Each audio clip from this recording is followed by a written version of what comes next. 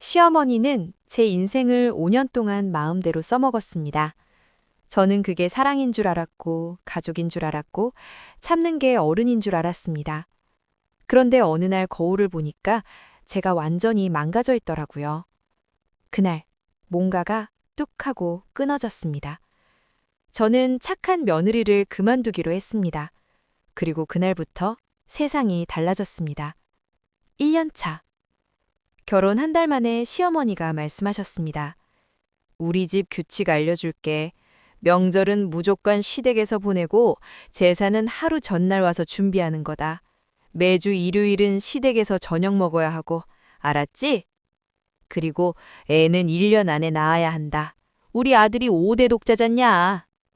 네, 노력할게요. 그때는 몰랐습니다. 이게 시작일 줄은요. 2년 차. 임신이 되지 않았습니다.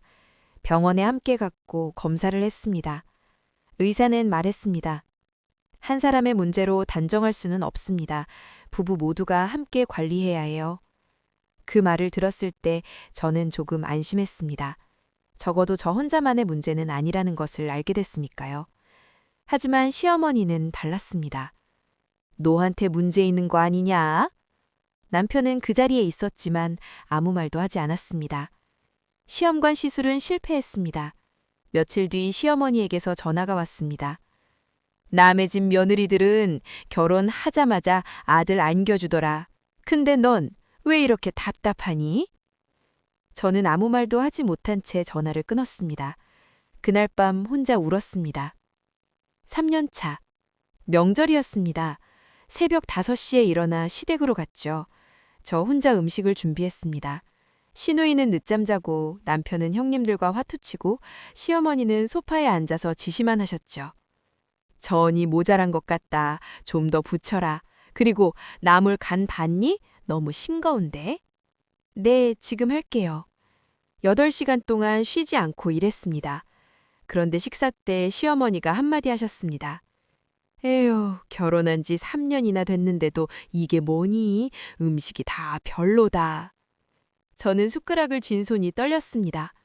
시누이가 웃으며 거들었습니다. 옳게, 요리학원 좀 다녀. 이건 좀 아니지 않아? 그날 저녁, 저는 화장실에 숨어서 30분 동안 울었습니다. 4년 차. 회사에서 중요한 프레젠테이션이 있는 날이었습니다. 그런데 시어머니한테 전화가 왔죠. 얘야, 지금 당장 와라. 내가 허리를 다쳐서 병원에 가야 하는데 아무도 없어. 어머니, 근데 저 지금 회사가 중요하니? 시어머니가 다쳐서 움직이질 못한다는데. 결국 프레젠테이션을 포기하고 시댁에 갔습니다. 그런데 도착하니 시어머니는 멀쩡히 소파에 앉아 TV를 보고 계셨죠. 어머니, 허리는요? 아, 그거? 괜찮아졌어. 근데 왔으니까 저녁이나 해라. 오늘 식구들 다 모인다. 저는 그날 회사에서 중요한 프로젝트를 놓쳤습니다. 승진 기회도 날아갔죠. 5년 차, 어제. 제 생일이었습니다. 남편은 잊고 있었고 저는 혼자 집에서 미역국을 끓여 먹었죠. 그때 시어머니한테 전화가 왔습니다. 내일 김장하러 와라. 어머니, 내일은 제가 회사에서 또 회사? 결혼했으면 며느리 역할이 우선이지 무슨 회사에 그렇게 목숨 거니? 내일 안 오면 너 우리 집 며느리 아니다. 알아들었어? 전화가 끊겼습니다. 저는 미역국 그릇을 내려다봤습니다. 5년 차, 오늘. 저는 출근 준비를 하고 있었습니다. 그때 시어머니한테 전화가 왔죠. 너 왜 아직도 안 오니? 어머니, 제가 어제 말씀드렸잖아요. 오늘 회사에서 중요한... 그건 내 알바 아니고 배추 200포기 다 사놨다. 당장 와. 200포기요? 그건 너무 많은데? 많긴 뭐가 많아. 복에 겨운 소리 하네. 난 며느리 때 1000포기씩 했어. 어머니, 근데 저 정말 오늘은... 됐어. 핑계대지 말고 10시까지 와. 뚝. 전화가 끊겼습니다. 저는 핸드폰을 내려다보다가 문득 거울을 봤습니다. 거울 속에 제 얼굴은 초췌했습니다. 다크서클, 주름, 생기 없는 눈빛. 나 언제부터 이렇게 됐지? 그때 뭔가가 똑 하고 끊어지는 소리가 들렸습니다. 저는 회사로 출근했습니다. 시댁으로 가지 않았죠. 핸드폰이 계속 울렸지만 저는 받지 않았습니다. 대신 문자를 보냈습니다. 어머니, 죄송하지만 오늘 못 갑니다.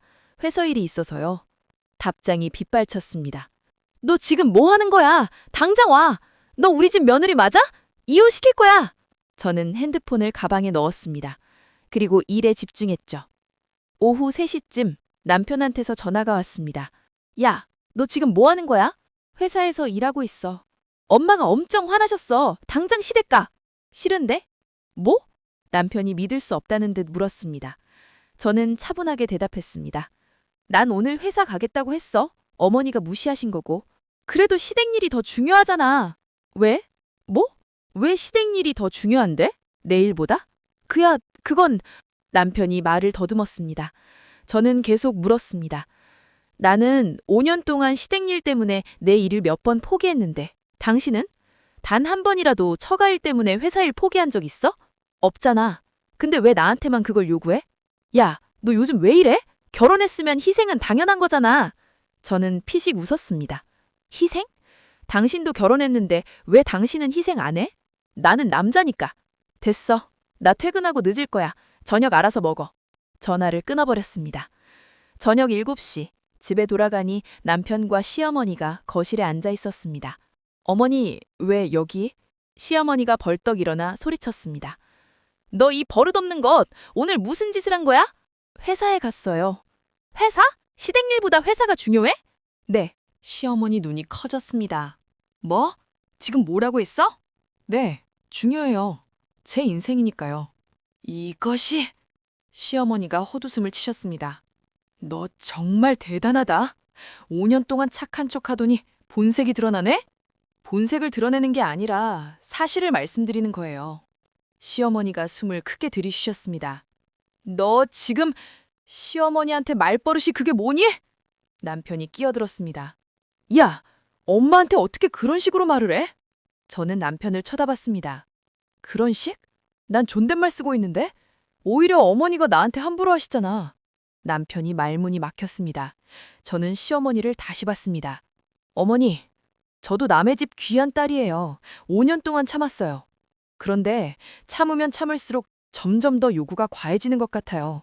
그래서 더 이상은 안 참아요. 저는 가방을 소파에 내려놓고 말했습니다.